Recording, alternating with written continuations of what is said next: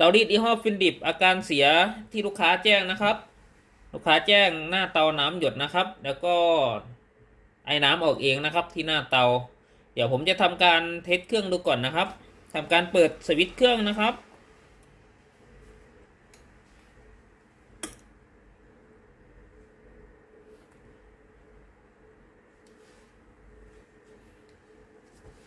รอไฟแสดงสถานะ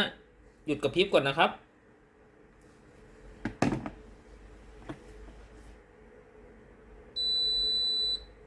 ตอนนี้เครื่องพร้อมใช้งานแล้วนะครับก่อนทำการซ่อมนะครับผมจะลองเอามือแตะดูในส่วนของตัวหน้าเตาก่อนนะครับตัวนี้หน้าเตาไม่ร้อนเลยนะครับถ้าหน้าเตาไม่ร้อนนะครับเวลากดปุ่มจ่ายน้ำนะครับน้ำจะหยดนะครับเดี๋ยวผมจะลองกดปุ่มจ่ายน้ำดูก่อนนะครับผมจะทำการกดปุ่มจ่ายน้ำนะครับตัวนี้วาล์วน้ำทำงานปกตินะครับได้ยินเสียงวาล์วน้ำทำงานนะครับ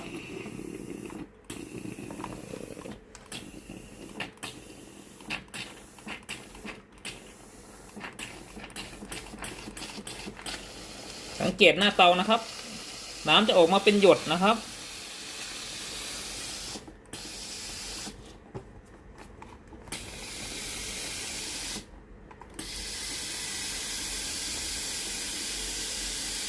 นี่คืออาการน้ำหยดหน้าเตานะครับสาเหตุก็คือในส่วนของตัวหน้าเตานะครับไม่ร้อนนะครับเดี๋ยวตัวนี้ผมจะพาแกะเซ็กในส่วนของตัวไฟที่จ่ายมาเลี้ยงในส่วนของตัวหน้าเตานะครับมันมีไฟจ่ายมาเลี้ยงหรือเปล่านะครับทำไมหน้าเตาไม่ร้อนนะครับก่อนทำการซ่อมทิ้งเครื่องไว้ประมาณ2-3 ชั่วโมงก่อนนะครับรอหม้อต้มเย็นก่อนนะครับ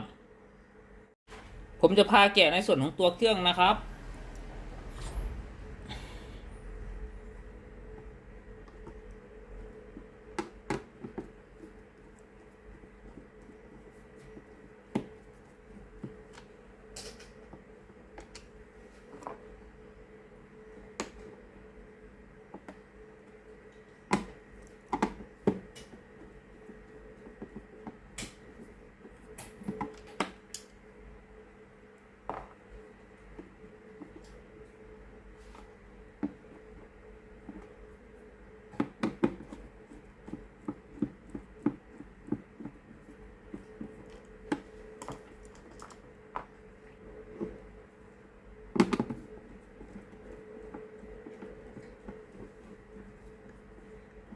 น็อตด้านบน4 ตัวนะครับ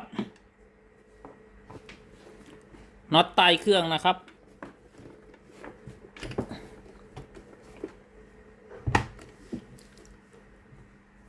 2 ตัวนะครับ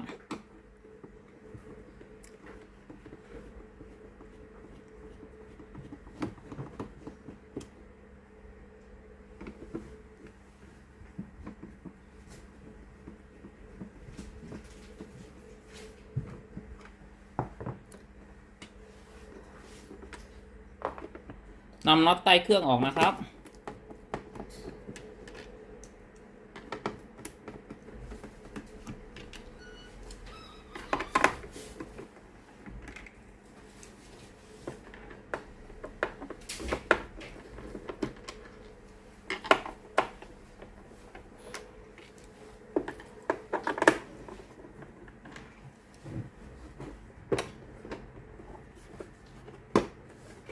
นำโครงบนออกนะครับ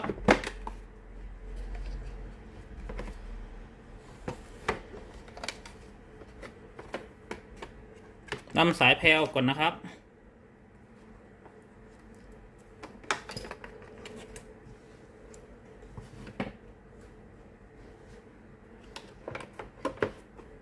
นำสายท่อน้ำออกก่อนนะครับ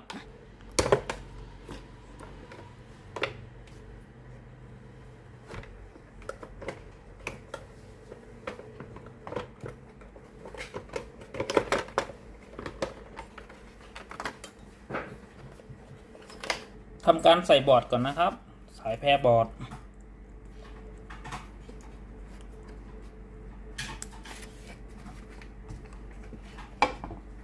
ผมจะพาเช็คในส่วนของตัวไฟที่จ่ายไปเลี้ยงในส่วนของตัวฮีเตอร์หน้าเตานะครับตัวนี้คือรีเลย์ตัวใหญ่นะครับสายสำหรับตัดต่อไฟไปเลี้ยงในส่วนของตัวหม้อต้มนะครับเพื่อต้มน้ำให้เกิดความร้อนนะครับส่วนรีเลย์ตัวเล็กคือตัวนี้นะครับตัดต่อไฟไปเลี้ยงในส่วนของตัวหน้าเตานะครับสุดหน้าฮีเตอร์หน้าเตาถ้าจะวัดไฟไปเลี้ยงนะครับผมในส่วนของตัวฮีเตอร์หน้าเตานะครับก็คือไฟเส้นนี้นะครับเส้นหนึ่ง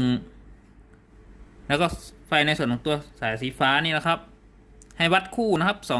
220โวลต์ VAC นะครับแล้วก็ทำการเปิดเครื่องนะครับต้องมีไฟจ่ายไปเลี้ยงในส่วนของตัวฮีเตอร์หน้าเตานะครับถ้าไม่มีก็ให้ซ่อมในส่วนของตัวบอร์ดพาวเวอร์นะครับหรือเปลี่ยนในส่วนของตัวบอร์ดพาวเวอร์นะครับแต่ถ้ามีก็ให้ไปเช็คในส่วนของตัวโทโมฟิลนะครับแล้วก็ตัวฮีเตอร์หน้าเตานะครับว่าโทโมฟิลขาดหรือเปล่าฮีเตอร์ขาดหรือเปล่านะครับส่วนไฟที่จ่ายไปเลี้ยงในส่วนของตัวหม้อต้มนะครับก็คือในส่วนของตัวนี้สายสีน้ำตาลนะครับอีกตัวหนึ่งก็คือในส่วนของตัวสายสีน้ำเงินนะครับเวลาเปิดเครื่องนะครับให้วัด2เส้นนี้ครับตรงมีไฟจ่ายออกมานะครับประมาณ220โวลต์ VAC นะครับแต่ถ้าไม่มีนะครับผมก็ให้เช็คในส่วนของตัวบอร์ด power supply นะครับ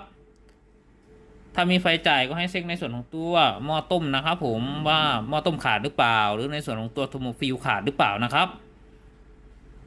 ผมจะพาวัดในส่วนของตัวสายที่ไฟต่อไปเลี้ยงในส่วนของตัวฮีเตอร์วัดความต้านทานนะครับวัดความเป็นโอห์มโดยไม่ต้องเสียบไฟนะครับแบบคร่าวๆนะครับให้ตั้งมิเตอร์นะครับอยู่ที่คูณ10นะครับก่อนทำการวัดนะครับต้องถอดในส่วนของตัวสายที่ต่อไปเลี้ยงในส่วนของตัวฮีเตอร์หน้าเตาก่อนนะครับ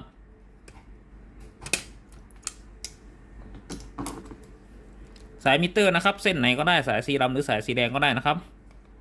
จับในส่วนของตัวสายสีน้ำตาลนะครับอีกส่วนหนึ่งนะครับจับในส่วนตัวสายสีน้ำเงินนะครับ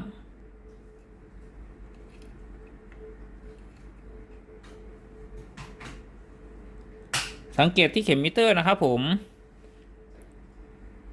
ถ้าในส่วนของตัวชุดหน้าเตานะครับก็คือในส่วนของตัวโทโมฟิล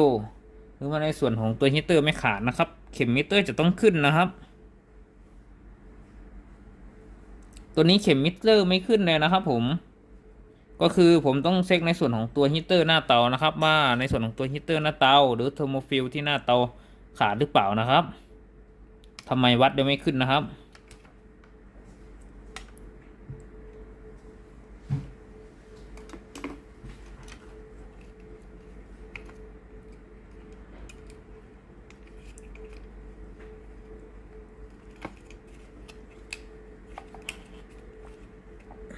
ก่อนที่ผมจะไปเช็คในส่วนของตัวฮีเตอร์หน้าเตานะครับเดี๋ยวผมทำการวัดไฟที่จ่ายออกจากบอร์ดก่อนนะครับว่ามีไฟจ่ายออกจากบอร์ดหรือเปล่านะครับ220โวลต์ VAC นะครับจ่ายให้กับตัวฮีเตอร์หน้าเตานะครับตั้งมิเตอร์นะครับอยู่ที่250โวลต์ VAC นะครับสายหนึ่งจับในส่วนของตัวสายสีน้ำตาลนะครับสายหนึ่งจับในส่วนของตัวสายสีน้ำเงินนะครับ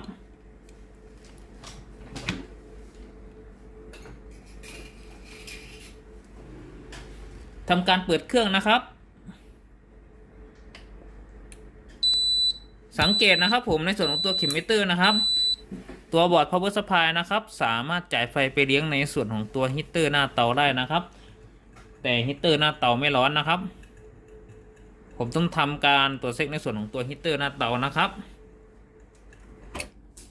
ผมจะพาแกะในส่วนของตัวชุดหน้าเตานะครับน็อต2ตัวนะครับ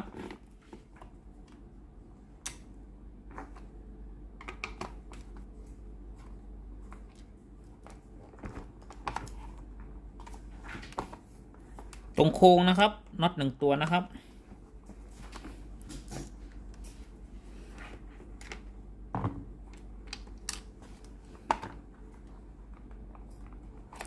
เอาโค้งบนออกก่อนนะครับ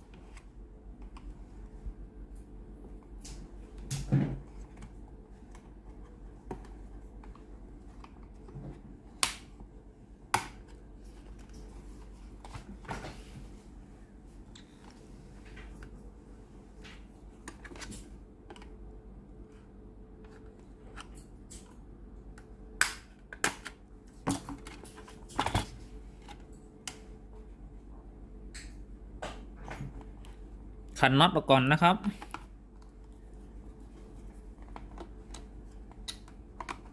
ตัวนี้เป็นบอร์ดหน้านะครับ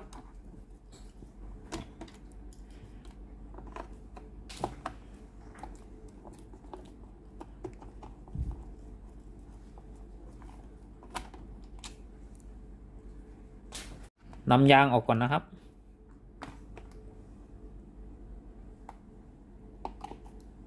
น็อตด้านหน้านะครับ2 ตัว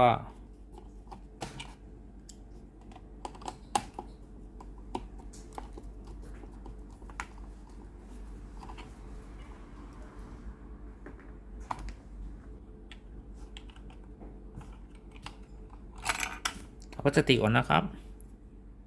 นำในส่วนของตัวยางด้านหน้าออกเลยนะครับจะมีน็อตซ่อนอยู่นะครับ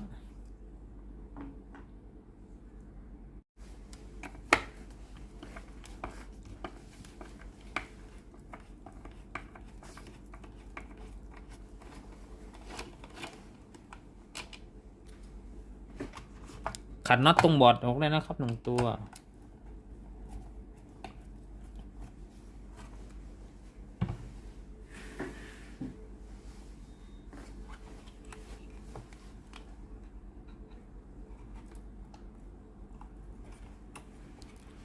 เอาบอร์ดขึ้นก่อนนะครับขันน็อตตัวนี้นะครับ1 ตัว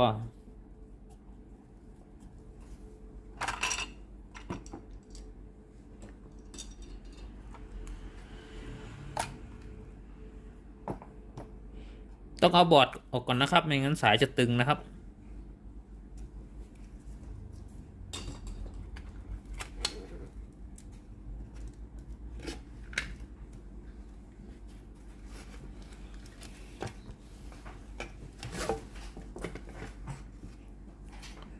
นำฮีตเตอร์ไปเป่าฝุ่นก่อนนะครับจะมาตรวจสอบในส่วนของตัวไฟที่มาเลี้ยงในส่วนของตัวฮีตเตอร์หน้าเตานะครับก็คือในส่วนของตัวสายสีน้ำตาลนะครับที่จ่ายออกมาจากบอร์ดพาวเวอร์ซัพพลายนะครับวิ่งผ่านสายสีแดงนะครับแล้วเข้ามาในส่วนของตัวโทโมฟิลนะครับมาตรงนี้นะครับเข้าในส่วนของตัวโทโมฟิลตัวนี้คือตัวโทโมฟิลนะครับแล้ววิ่งผ่านมาเลี้ยงในส่วนของตัวฮีตเตอร์นะครับก็คือในส่วนของตัวขานี้นะครับอีกเส้นหนึ่งนะครับสายสีน้ำเงินนะครับก็คือเส้นนี้นะครับสายสีน้ำเงินวิ่งมานะครับเข้ามาในส่วนของตัวเซนเซอร์นะครับ NTC นะครับ1 ตัวนะครับจาก NTC ก็วิ่งเข้ามาในส่วนของตัวขาฮีตเตอร์คือขานี้นะครับก็คือเราจะวัดในส่วนของตัวขานี้กับขานี้ครับจะต้องมีไฟมาเลี้ยงนะครับผมจะตั้งมิเตอร์นะครับอยู่ที่250 โวลต์ VAC นะครับวัดไฟมาเลี้ยงในส่วนของตัวฮีตเตอร์หน้าเตานะครับ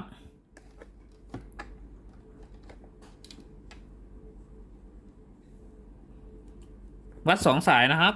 คือในส่วนของตัวสายสีน้ำตาลนะครับที่บอร์ดจ่ายออกมานะครับเนี่ยในส่วนของตัวสายสีน้ำเงินนะครับว่ามีไฟหรือเปล่านะครับผมจะใส่ในส่วนของตัวบอร์ดเข้าไปในวงจรก่อนนะครับ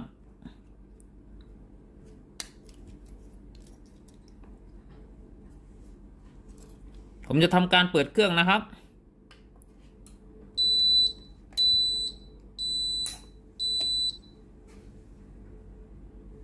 ตรงนี้มีไฟจ่ายจากบอร์ด power supply นะครับ220 โวลต์ VAC นะครับจ่ายมาในส่วนของตัวสายสีน้ำเงินและในส่วนของตัวสายสีน้ำตาลนะครับตอนนี้ไฟจ่ายมาถึงเลยนะครับแต่ถ้าเราวัดในส่วนของตัวบอร์ด power supply มีไฟจ่ายแล้วมาวัดในส่วนของตรงนี้ไม่มีไฟจ่ายก็แสดงว่าสายท่อน้ำขาดในนะครับต้องเช็คในส่วนของตัวสายท่อน้ำนะครับแต่ถ้ามีจ่ายมาแล้วก็เช็คในส่วนของตัวโทโมฟิลหรือในส่วนของตัวฮีตเตอร์นะครับว่าขาดหรือเปล่านะครับ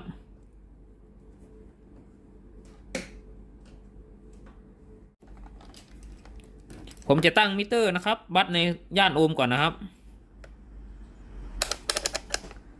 คูณ10นะครับผมจะวัดในส่วนของตัวฮีตเตอร์ก่อนนะครับขานี้นะครับ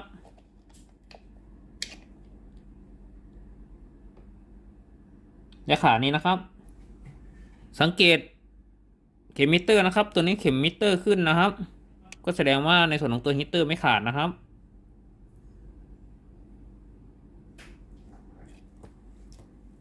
ผมจะตั้งมิเตอร์นะครับอยู่ที่ 10K นะครับวัดในส่วนของตัวขาฮีตเตอร์รั่วลงตัวโครงเครื่องนะครับผมจะสายในส่วนของตัวสายมิเตอร์สีดำนะครับจับในส่วนของตัวขาฮีตเตอร์นะครับ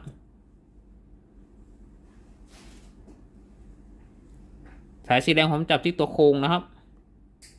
ตัวนี้จะต้องไม่ขึ้นนะครับถ้าไม่ขึ้นนี่คือในส่วนของตัวฮีตเตอร์ปกตินะครับถ้าขึ้นก็ฮีตเตอร์รั่วลงกาวนะครับ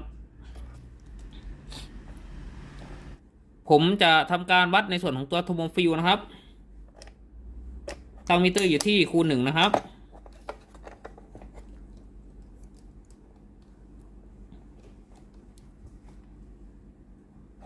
ก็คือวัดเส้นนี้นะครับสายสีน้ำตาลนะครับในส่วนของตัวหาฮีตเตอร์นะครับสังเกตเข็มมิเตอร์นะครับตัวนี้เข็มมิเตอร์ไม่ขึ้นนะครับในส่วนของตัวโทโมฟิลขาดแล้วนะครับผมจะพาถอดในส่วนของตัว NTC นะครับเพื่อวัดความต้านทานนะครับสาเหตุที่ทำให้โทโมฟิลที่หน้าเตาขาดนะครับก็คือในส่วนของตัวหน้าเตาร้อนเกินนะครับสาเหตุก็เกิดจาก NTC หน้าเตาค่าไม่ได้นะครับแล้วก็ในส่วนของตัวดีเลย์ที่บอร์ดวัสพายค้างนะครับทำให้จ่ายไฟมาเลี้ยงในส่วนของตัวหน้าเตาตลอดนะครับทำให้หน้าเตาร้อนจัดก็ขาดได้ครับมี2สาเหตุส่วนอีกสาเหตุหนึ่งก็คือในส่วนของตัวสายท่อน้ำซ็อตขาดนะครับทำให้โทโมฟิลขาดเหมือนกันนะครับถ้าสายท่อน้ำซ็อตกันนะครับแต่ว่าน้อยมากครับเวลาซ่อมก็ดูสภาพสายท่อน้ำว่าสภาพสายท่อน้ำนะครับมันเก่าหรือเปล่าถ้ามันเก่ามันขาดมันยุ่ยก็มีส่วนนะครับผมจะใช้ในส่วนของตัวมิเตอร์ดิจิตอลนะครับวัดความต้านทานของ NTC นะครับวัดย่านโอห์มนะครับ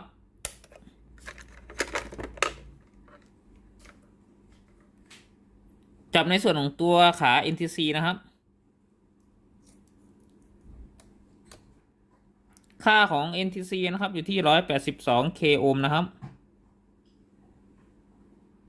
ผมจะใช้ในส่วนของตัวมิเตอร์เข็มวัดดูอีกรอบหนึ่งนะครับ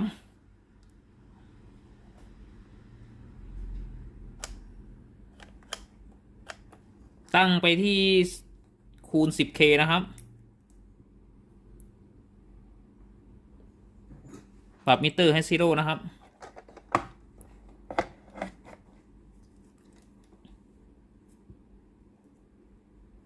วัดในส่วนของตัว NTC นะครับ2ขา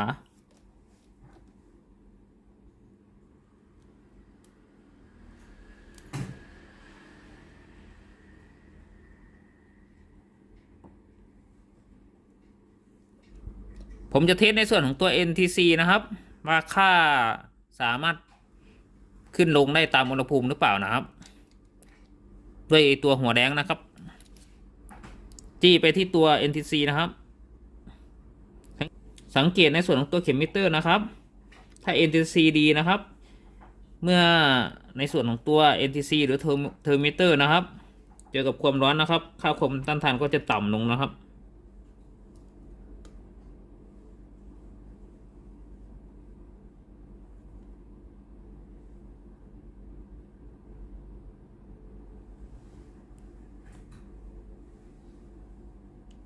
เมื่อเจอกับความเย็นนะครับคือเอาหัวแดงออกนะครับค่าความต้านทานก็จะสูงดังเดิมนะครับตัวนี้คือ NTC ดีนะครับ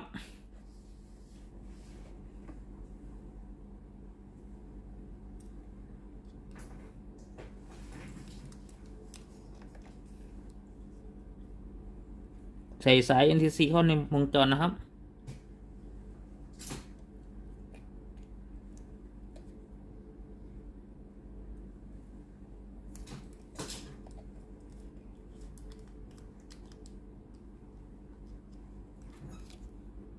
สาเหตุที่ทำให้หน้าเตาไม่ร้อนนะครับ ก็คือในส่วนของตัวโทโมฟิลคือตัวนี้ขาดนะครับ อุณหภูมิหน้าเตาน่าจะร้อนเกินนะครับ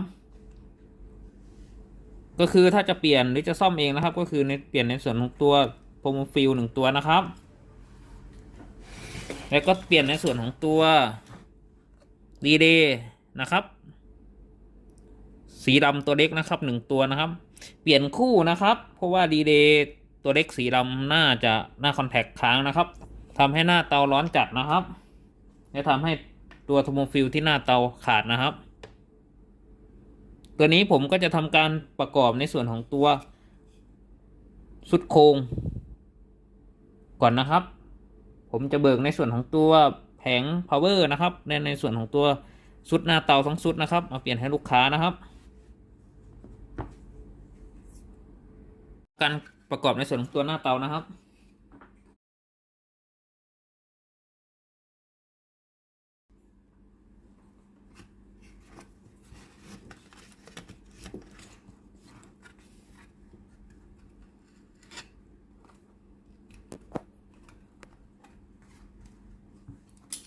ขันน็อตด้านหน้า1 ตัวนะครับ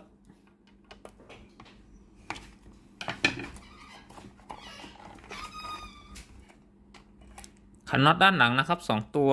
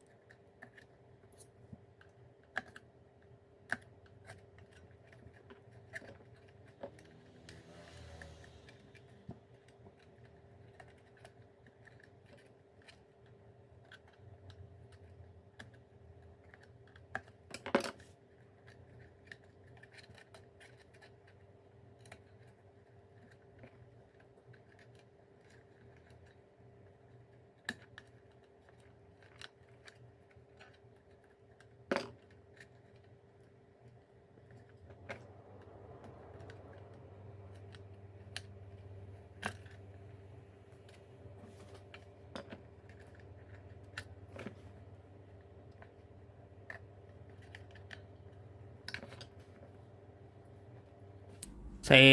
ลูกยางนะครับปิดหัวน็อต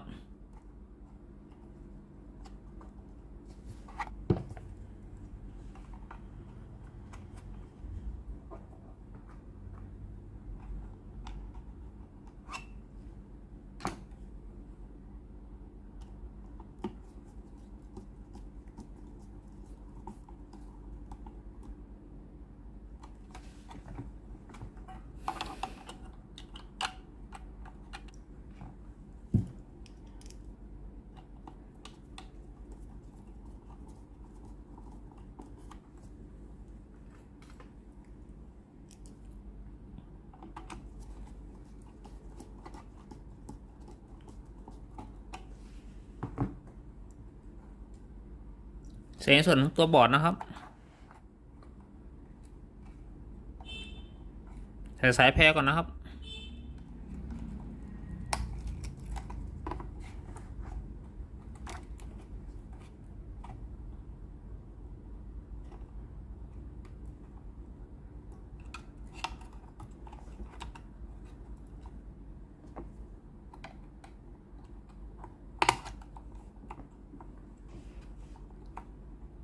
ใส่ในส่วนของตัว LED นะครับ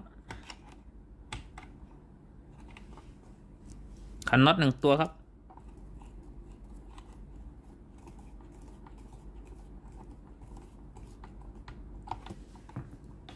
ขันน็อตที่บอร์ดนะครับน็อตตัวยาว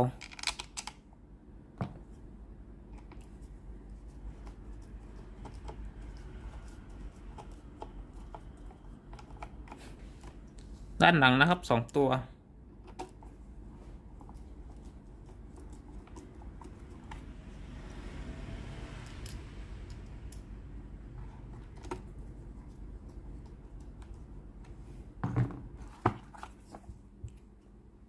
ใส่ในส่วนของตัวยางนะครับ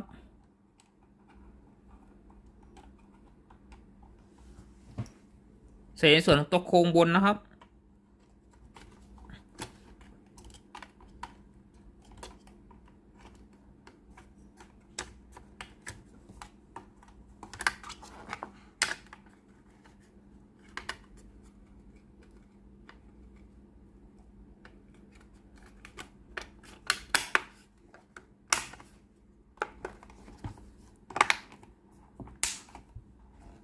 ขันน็อต1ตัวนะครับด้านหลัง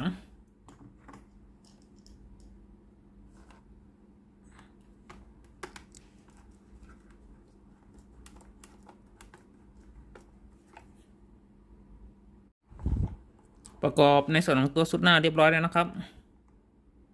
ประกอบในส่วนของตัวชุดโครงของตัวเครื่องนะครับ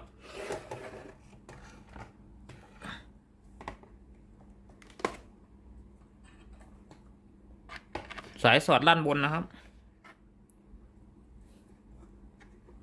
สอดสายท่อน้ำด้วยนะครับ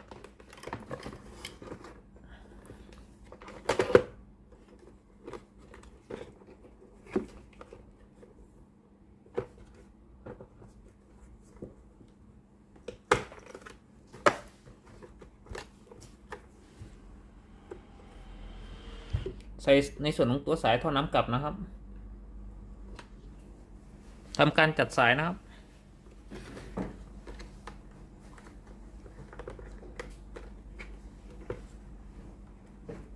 ใส่ในส่วนของตัวสายแพรนะครับ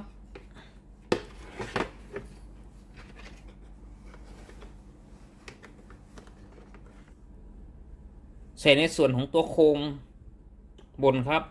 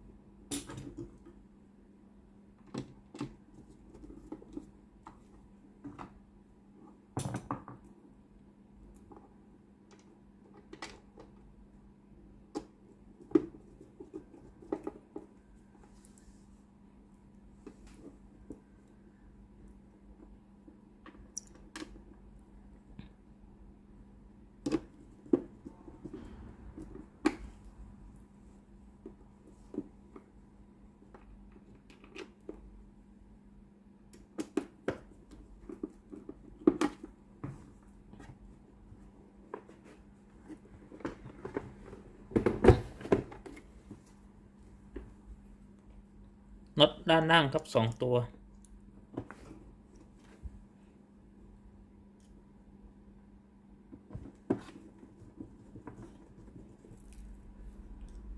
ยึดในส่วนของตัวด้านล่างนะครับโครงเครื่องนะครับ